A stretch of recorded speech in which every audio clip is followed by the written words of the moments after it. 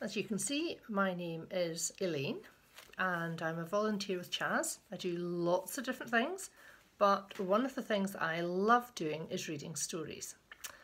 So today, the story I've got for you is Charley's First Night, and this is by Helen Oxenbury. So I'll just turn the camera around so that you can see the pictures. Looks like quite a snowy scene here. Charley's First Night. And here's Charley.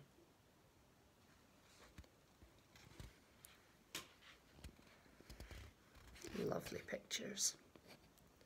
It was snowing that night, and Charley wanted me to carry him home. He's just a little puppy. So I carried him all the way home.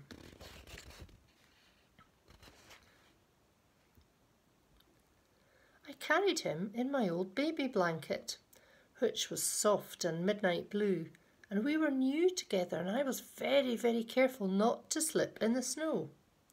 And I thought about his name. I was the one who thought up his name. I decided to call him Charley. Charley Corn. My name is Henry. Henry Corn. This is home. At least that's what I told Charley when we got home, and I showed him all the rooms, including my room. I showed him my bed and the place where my mother hides your birthday present when it's the day before your birthday. This is home, Charley. I said it a lot so that Charley would know that he was home. My mother is Mrs. Corn, and my father is Mr. Corn, and they were pretty clear about who would be in charge of walking Charley. I would be in charge of walking Charley, they said, and I couldn't wait to walk Charley every day forever. They were pretty clear about who would be in charge of feeding Charley as well. I would be in charge of feeding Charley, they said, and I couldn't wait to feed Charley every day forever. They were also pretty clear about where Charley would be sleeping. Charley would be sleeping in the kitchen, they said. And I thought about Charley in the kitchen, alone, every night, forever. But Charley wants to sleep in my room, I said. Charley will be sleeping in the kitchen, they said. What's Charley doing here? Oh, little puddle. We fixed up a pillow bed for Charley in the kitchen under the table where the heat comes up, and I put my old bear Bobo in the pillow bed for Charley, and I thought about how I used to sleep with Bobo every night. I put my small red clock between Charley and Bobo. Tick tock, tick tock, tick tock, tick tock, tick tock. A bit like another heartbeat in the night.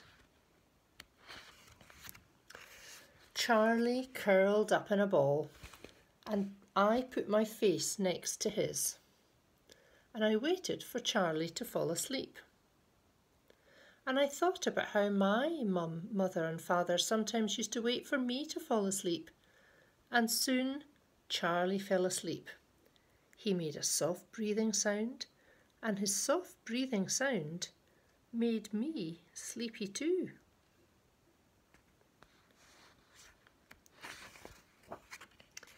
I went to my room and I sat up in my bed and I looked out of the window.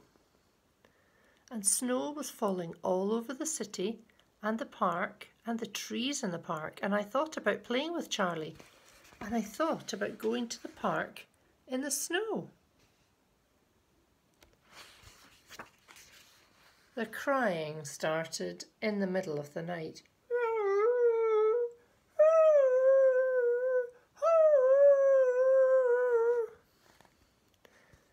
and you knew right away it was Charley.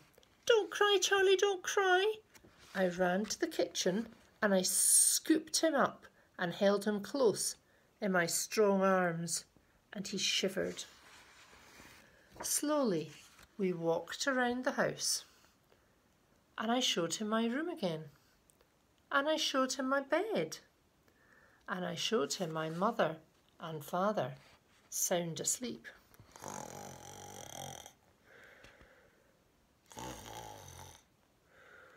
And I held Charley close in my strong arms.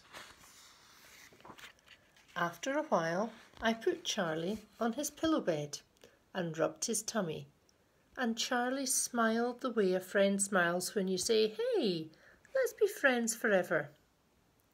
I rubbed his back and the soft place behind his ears, and he was really, really sleepy, and the moon made its own light that night in the kitchen, right near Charley.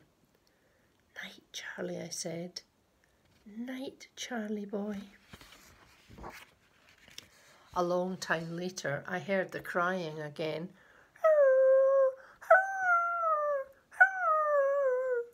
I flew out of bed to Charley.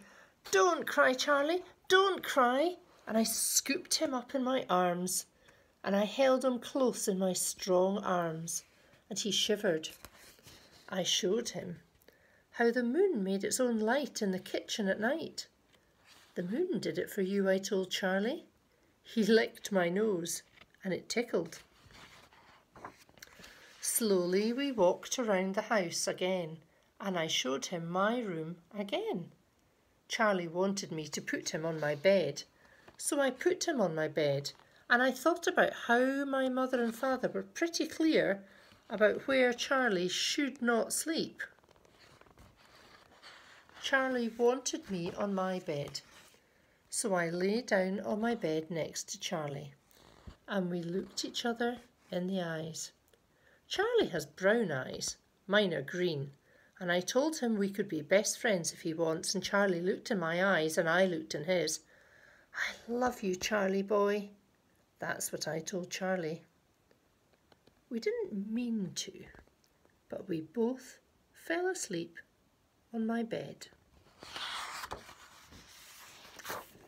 And that's exactly where we slept all through the night on Charley's first night. I think somebody's tucked them in, don't you?